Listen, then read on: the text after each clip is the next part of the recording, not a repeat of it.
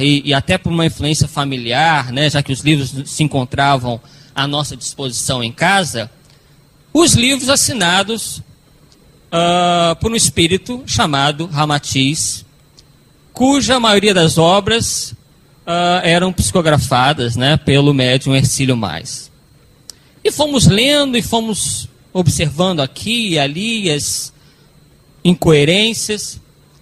Mas antes disso, antes de entrarmos propriamente nessas controvérsias, nós iremos fazer aqui um apanhado de alguns dos alertas da espiritualidade que fazem com que o nosso trabalho tenha essa base, tenha esse objetivo. Né? Quer dizer, não foi um objetivo tirado das nossas cabeças, ou porque o Arthur tem uma cisma com o espírito X, com o espírito Y, contra este e aquele. Não se trata de algo pessoal. É bom que se diga, e o nosso amigo Sérgio, logo de início, tratou de ressaltar. Na Revista Espírita, por exemplo, Kardec coloca lá, bem claramente, essa nossa questão inicial. Quando ele diz, não basta ser espírito. Isso é uma questão fundamental, que se não estiver bem consolidada, não estiver bem entendida, nós continuaremos achando que, se é obra dos espíritos, é bom e que não deva ser submetido a nenhuma crítica. Ele diz lá o seguinte, na Revista Espírita, em 1860. Não basta ser espírito para possuir a ciência universal, pois assim a morte nos faria iguais a Deus. Aliás, o simples bom senso se recusa a admitir que o espírito de um selvagem, de um ignorante ou de um malvado, desde que separado da matéria, esteja no nível do cientista ou do homem de bem. Isto não seria racional. Há, pois, espíritos adiantados e outros mais ou menos atrasados, que devem superar ainda várias etapas, passar por inúmeras peneiras antes de se despojarem de todas as imperfeições. Então vemos claramente aí que os espíritos, eles atravessam estágios de evolução e que se encontram em diferentes estágios e por isso são diferentes entre si. Disso resulta que no mundo dos espíritos são encontradas todas as variedades morais e intelectuais existentes, entre os homens e outras mais.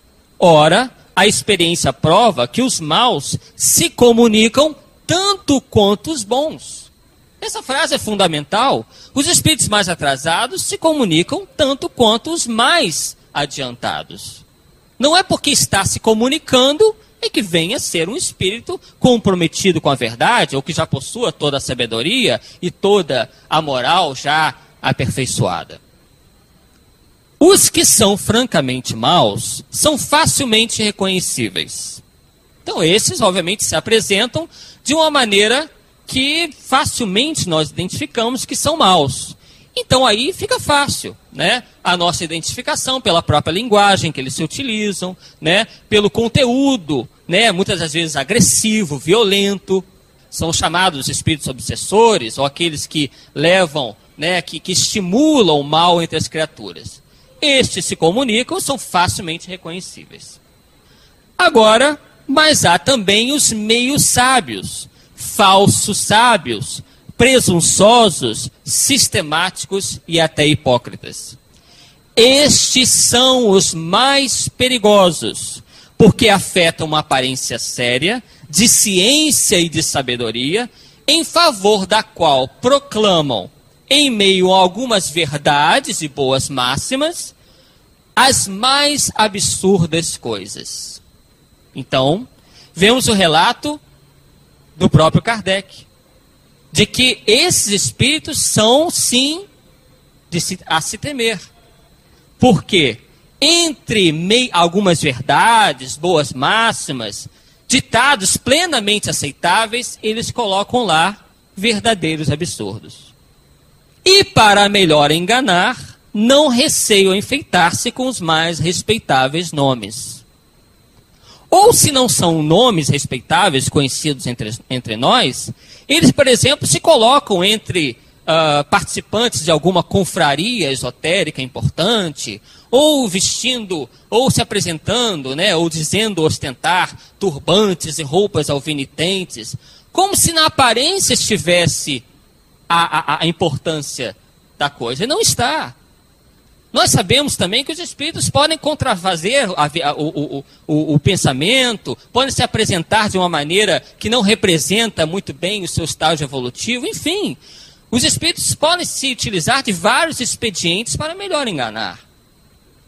Então, ele diz lá que para melhor enganar, não receiam enfeitar-se com mais respeitáveis nomes, ou então esses espíritos também acabam procurando passar aos seus seguidores, ou aqueles que os leem, enfim, ou os que os ouvem, se tratarem de espíritos que se encontram numa posição mais adiantada do que realmente estão. Então são expedientes que nós sabemos que existem também entre nós encarnados, né? E também são utilizados até com mais, digamos assim, propriedade, ou com mais, enfim, com mais precisão pelos próprios espíritos. Por quê? Porque eles não podem ser vistos por nós, né? Então o fato de não poderem serem vistos, isso faz com que, né, a nossa imaginação alce voos ainda mais altos. E aí é que vem, né, dos aconselhamentos de Kardec, né? Separar o verdadeiro do falso, descobrir a trapaça oculta numa cascata de palavras bonitas, desmascarar os impostores. Eis, sem contradição, uma das maiores dificuldades da ciência espírita. E ele não está desestimulando isso, muito pelo contrário. Ele está dizendo que se deva fazer isso, e que isso é uma das grandes dificuldades que possui a ciência espírita, né?